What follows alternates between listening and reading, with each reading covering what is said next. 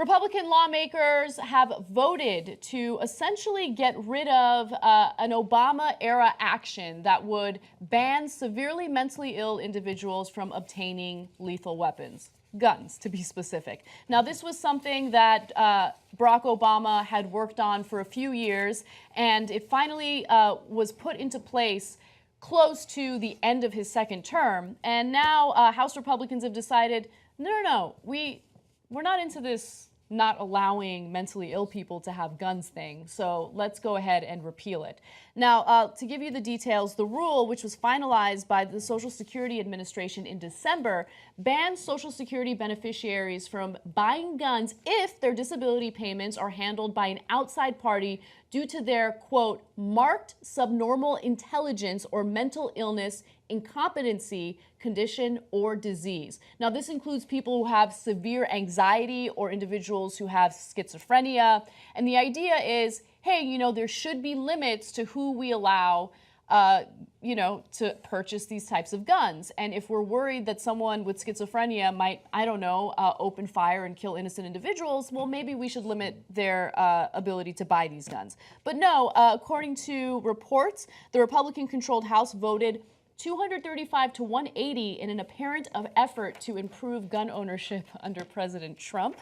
The rule affected nearly 75,000 Social Security recipients diagnosed with mental health conditions such as extreme anxiety and schizophrenia and are considered incapable of managing their own affairs. Now, there was a representative by the name of John Barrasco who wanted to defend the House's decision to vote this way. It will now go to the Senate, and if the Senate votes to get rid of this rule, of course, Trump would probably sign it into law. CNN's Allison Camerata speaks to this representative, and listen to him as he struggles to explain himself. As I understand it, it involves 75,000 people with mental disorders so severe that they cannot work, and that they have someone else manage their Social Security benefits. How does it make sense to let them have guns?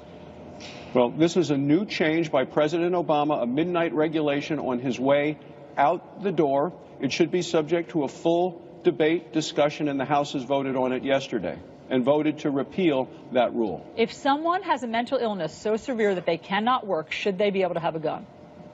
Well, the question is somebody able to have a gun at the same time they're receiving Social Security disability benefits?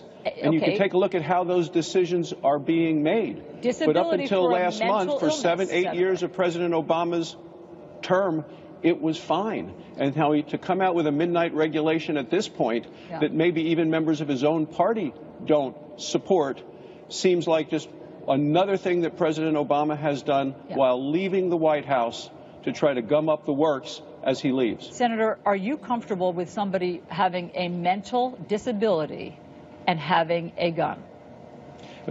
You can take a look at what the Constitution says, which is what I do as a physician who spent lots of time working with patients with all different backgrounds. There are clearly people who have been labeled one way or another, and I'm not comfortable with midnight recommendation by the president. Good job answering the question / not answering the question at all. Do you feel comfortable with people who have severe mental illnesses accessing these guns? Will not answer the question, probably because the NRA is in his pocket, and of course he doesn't want to lose their funding or their support. So anyway, let me open it up to the panel. I know that we're maybe not all the biggest fans of CNN all the time. However, I really got to hand it to that interviewer for holding him to answer a question. And she did everything that she could have done to try and get him to answer really what is the baseline question with regards to this law. Something that bothers me about how the Republicans are spinning this right now is that they're saying that this was sort of a last-minute law that Obama signed into place. Actually, they started working on this in 2012 in response to the Sandy Hook massacre. So this isn't a last-minute thing that Obama sort of sprung on the House. Like, this is something that they have been negotiating for a while. So for this guy to say, for him to say that, I'll call him this guy, I don't know, he's the guy. So for him to say that, this is just sort of like slid in and that we haven't been able to debate it properly. You've had since 2012, December of 2012. It's absolutely misleading. And I do like CNN for at least taking him to task on responding to the baseline question of what is being proposed here, because it's very dangerous. And also, it's super petty of the NRA. It's only 75,000 people. Relax. Just It's like 75,000 people who are not mentally competent enough to handle their own affairs. Like, why would you give them the right to have a gun, which is a lethal weapon? Look, I don't think I'm very, I don't know, I don't even know what the right word is, but I'm not a crazy advocate of banning guns, right? Like, I want common sense gun legislation that just tries to protect people. And in this case, it's like, Republicans will only talk about, oh my God, we need to focus on mental health and all these illnesses after there's a mass shooting and there's a tragic event here in the United States. And they'll use it as a scapegoat because they don't want to talk about gun control. But they genuinely don't care about mental health care, and they certainly don't care about protecting people with disabilities. It's funny how all of a sudden they're like, we can't discriminate against people who have disabilities or mental health issues. Like, we really need to look out for them. / we want to make sure we can sell as many guns as possible so we can make the NRA happy. There's a format for doing these types of things. We talked about propaganda a minute ago before we got going. So the thing is, you want to change the reality. As you mentioned, Grace, what you do is you stretch out this type of legislation for years and then say it happened at the last second. The same thing happened with the change in reality on the Affordable Care Act.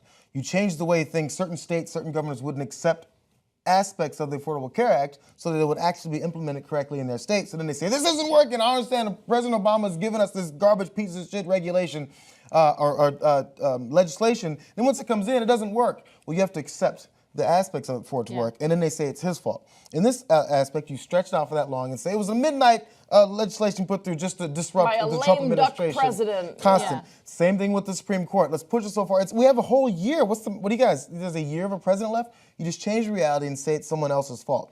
As you touched on, this guy brings up the benefits of people with Social Security, as if the Republicans have ever given a shit about anyone with Social Security. You mean those people with entitlements that you disdain every day? Oh, you expect to get money back from the government for things that you paid for? How dare you? That doesn't go to you. That goes to our corporate donors. And lastly, there is an aspect. I read the NRA's statement, or part of their statement about this, and how happy they are, and the talking points that they feed to their minions that are elected officials in office. One of the points that they led to was there's a person in part of the mental health, I guess an advocacy group, and he said this adds to the stigma of mental illness, being keeping their guns or having them on this list of people who can't get it. And it created disincentives for mentally ill persons to seek help and benefits to which they are entitled. So now they're even more afraid to go out and get their benefits. They're putting up all these walls. It's like putting a person in front of you to protect you from any of the criticism that you may receive for your bad legislation, and continue to use them for your own benefit. And then later, when they actually need your support, you've thrown them aside. It's a playbook that I've seen so many times. We watched a lot of these clips of people spotting off bullshit and never actually said the right answer, as Barrasso didn't do there. Yeah. And then you just get by and say, And we're the strong ones here. These are people that have been deemed they are incapable of managing their own financial affairs. They can't even cash their own checks. And yet they should be able to turn in their money or whatever so that they can buy a gun. It just doesn't hold any water. Yeah. So just remember that at the end of the day. We are now 75,000 people, which is, again, really a blip in the bucket in the grand scheme of things, which is why I think it's so petty and stupid.